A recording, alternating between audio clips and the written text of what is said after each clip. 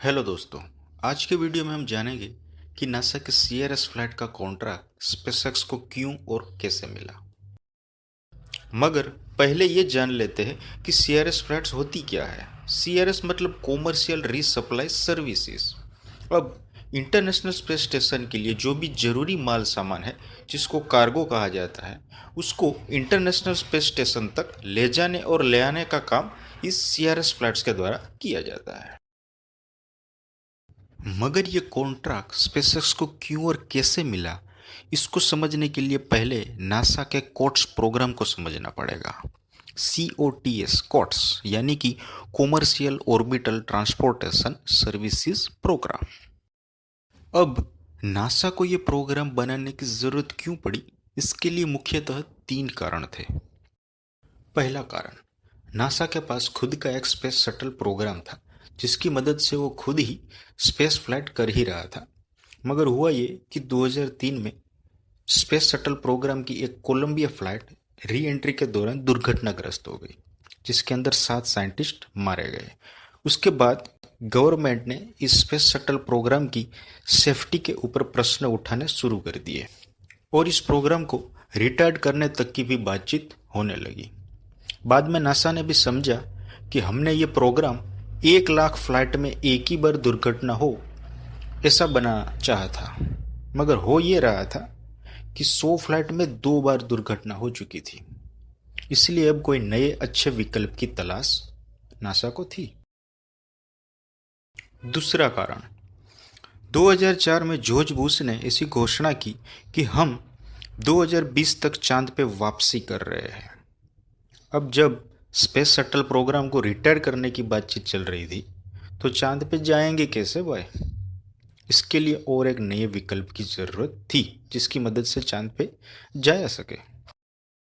तीसरा कारण, नासा ने कैलकुलेशन लगाया कि लॉन्च व्हीकल, लॉन्च पैड और स्पेसक्राफ्ट, इन तीनों को बनाने के लिए जितना भी बजट बिगाड़ा है, अगर हम यह सभी काम प्राइवेट कंपनी से कराए तो कम दाम में, कम बजट में और बढ़िया तरीके से किया जा सकता है।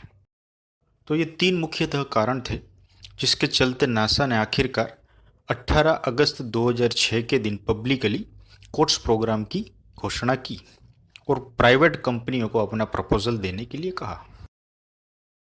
इसके बाद नासा को 20 कंपनियों से टोटल 21 प्रपोजल आए।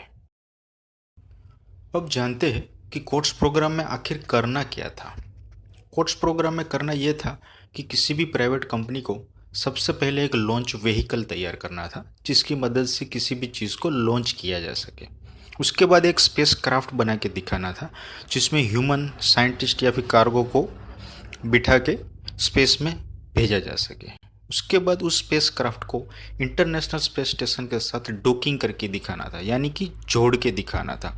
और ये सभी हैंडलिंग नासा खुद अपने हिसाब से कर सके, इससे भी व्यवस्था करके दिखानी थी। उसके बाद उस स्पेस क्राफ्ट को धरती पे सेफली लैंडिंग करके भी दिखाना था। तो जब ये सभी काम 2 बार यानी कि 2 डेमो फ्लाइट्स करके दिखाएगी कोई भी कंपनी, तब जाके नासा उसे सर्टिफिकेशन देगा कि हाँ भाई, अब आप सीआरएस फ्लाइट्स कर सकते हैं। कोट्स प्रोग्राम एक फंडेड प्रोग्राम था। इसका मतलब ये है कि प्राइवेट कंपनियों को सिर्फ अपने पैसों से ही काम नहीं करना था। थोड़ा पैसा खुद नासा भी देने वाला था और थोड़े ज़्यादा पैसे खुद कंपनी को भी अपने लगाने थे। नासा ने कोट्स प्रोग्राम के लिए $500 मिलियन का बजट रखा था और इस प्रोग्राम को चलाने के लिए C3PO की रचना की थी, यानी कि commercial crew and cargo program office.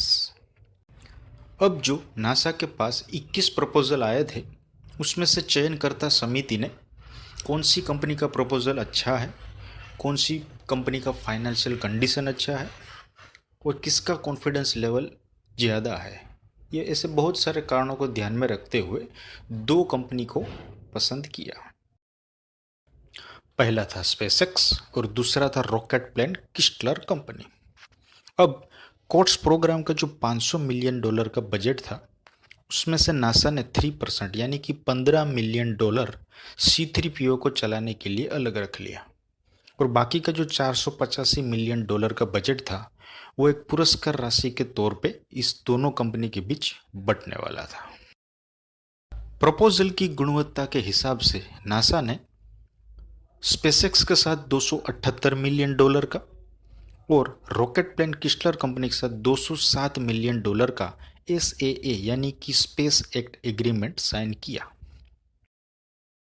अब ये जो पुरस्कार राशि थी वो दोनों कंपनियों को एक साथ नहीं मिलने वाली थी। 2010 तक छोटे छोटे तबक्कों में यानी कि इंस्टॉलमेंट के रूप में मिलने वाली थी। जैसे जैसे माइलस्टोन वो पार करते जाएंगे, मतलब कि जैसे रॉकेट इंजन बना लिया, रॉकेट बनाया, रॉकेट को लॉन्च किया, जैसे जैसे आगे प्रोसेस होती जाएगी उसके हिसाब से उसको ये पुरस्कार राशि मिलती जाएगी। मगर 2007 में रॉकेट प्लेन किस्लर कंपनी दिवालिया हो गई और कंपनी को दूसरी कंपनी ने खरीद लिया। अब जब कंपनी ही नहीं रही तो कॉन्ट्रैक्ट कैसा, इसीलिए नासा ने इस कंपनी के साथ अपना कॉन्ट्रैक्ट कैंसिल कर दिया। मगर $32.1 मिलियन का भुगतान उस कंपनी को किया जा चुका था और बाकी का जो भी बजट बाकी था उसमें से C3PO का जो 3% का बजट था उसको 5% कर दिया गया और बाकी का जो $170 मिलियन का बजट बचा उसके लिए एक दूसरी प्रतियोगिता का आयोजन किया गया। अक्टूबर 22, 2007 के दिन नासा ने दूसरे राउंड की प्रतियोगिता की घोषणा की और सभी कंपनियों को 1 महीने का समय दिया अपने प्रपोजल को जमा कराने के लिए। इस राउंड में 13 प्रपोजल आए, उसमें से 6 प्रपोजल जो पहले के राउंड में आए थे उसी कंपनी के वापस थे और बाकी की कंपनियां नहीं थी। इसमें से 4 प्रपोजल ऐसे थे जिसमें बहुत सारी खामियां थी, इसलिए उसको हटा दिया गया। स्पेसएक्स का प्रपोजल पहले राउंड के प्रपोजल जैसा ही था, उसमें कुछ नयापन नहीं था, इसलिए नासा ने उसको कहा कि जब पहले से एक विजय राशि के तौर पे एक बजट दिया गया है तो उसी काम को फिर वापस करने के लिए एक अलग से बजट नहीं दिया जा सकता, इसलिए उसका प्रपोजल भी हटा दिया गया। अब बचे 8 प्रपोजल, उसको भी और छांट के 5 प्रपोजल को सिलेक्ट किया गया और उसको और बाद में सिलेक्ट करने के बाद सिर्फ 2 प्रपोजल बाकी रहे, जिसमें से पहला था बोइंग का और दूसरा था orbital sciences and corporation company का।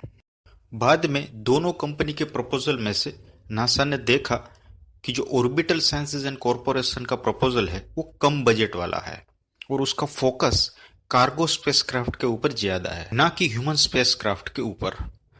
इसीलिए आखिरकार सेकंड राउंड के विजेता के तौर पे नासा ने ऑर्बिटल साइंसेज एंड कॉरपोरेशन को घोषित किया और विजय राशि के तौर पे कोट्स प्रोग्राम की बाकी का $170 मिलियन का SAA यानी कि स्पेस एक्ट एग्रीमेंट कॉन्ट्रैक्ट किया।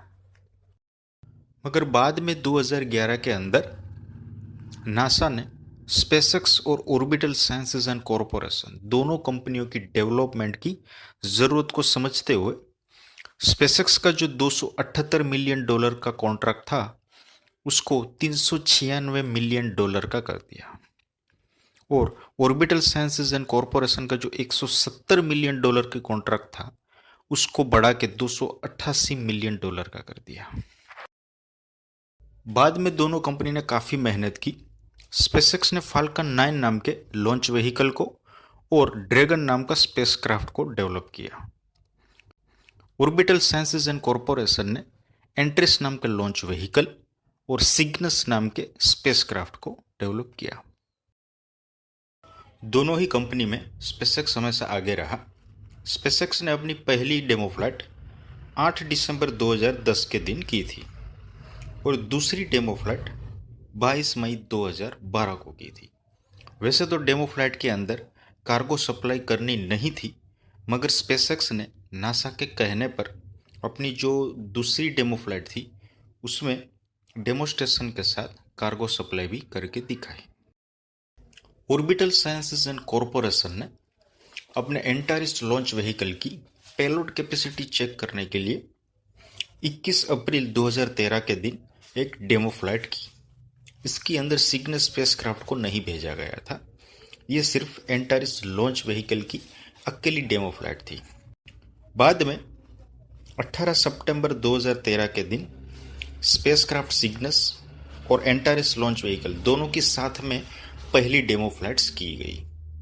इस दोनों के चलते ही नासा ने उसको सीआरएस फ्लाइट्स करने का सर्टिफिकेशन दे दिया। मतलब सिग्नस स्पेसक्राफ्ट और एंटारिस लॉन्च व्हीकल दोनों की साथ में दूसरी डेमो फ्लाइट करने की जरूरत नहीं पड़ी थी।